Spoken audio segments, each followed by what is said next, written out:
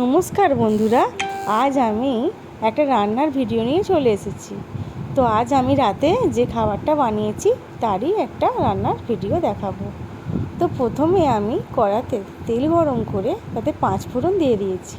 5 ফোড়নটা একটু ভাজা ভাজা হয়ে যাওয়ার পর আমি দিয়ে দিয়েছি কুচিয়ে রাখা আলু, এবং আলুটা একটু ভাজা ভাজা হয়ে যাওয়ার পর আমি দিয়ে দিয়েছি তাতে কুচনো পেঁপে। তারপর একটু নেড়ে চেড়ে আমি তাতে দিয়ে দিয়েছি হলুদ গুঁড়ো, জিরে গুঁড়ো, লঙ্কা গুঁড়ো এবং সামান্য পরিমাণ মতো নুন। তারপর আমি একটু জল দিয়ে নেড়ে চেড়ে একটু কষিয়ে নিয়ে তাতে সামান্য পরিমাণ চিনি দিয়ে ভালো করে কষিয়ে নিয়ে তাতে দিয়ে দিলাম থোড়। এবার থোড়টাকে দিয়ে আমি ভালো করে নেড়ে চেড়ে ভালো করে কষিয়ে নেব। তো বন্ধুরা, আমার রান্নার ভিডিও যদি আপনাদের ভালো লাগে আপনারা লাইক, কমেন্ট, শেয়ার করতে ভুলবেন না।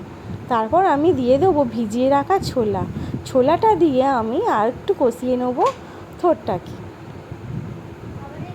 তো বন্ধুরা, আজ এই রান্নার ভিডিও দেখাচ্ছি, আশা করি আপনাদের ভালো লাগবে। আপনাদের ভালো লাগার জন্যই আমি বানিয়েছি।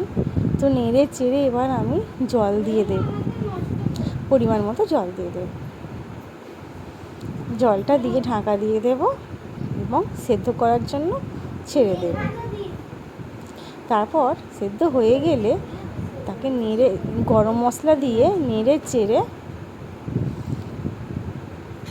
প্রস্তুত করে নেব আজ রাতের রান্নার খাবার। তো বন্ধুরা, ভালো লাগলে অবশ্যই আমার পাশে থাকবেন। আর আমি যারা যারা পাশে আছেন তারা একটু কমেন্ট করে দেবেন, কারণ আমি তো দেখতে পাচ্ছি না কে আমার ভিডিও দেখছে বা না দেখছে।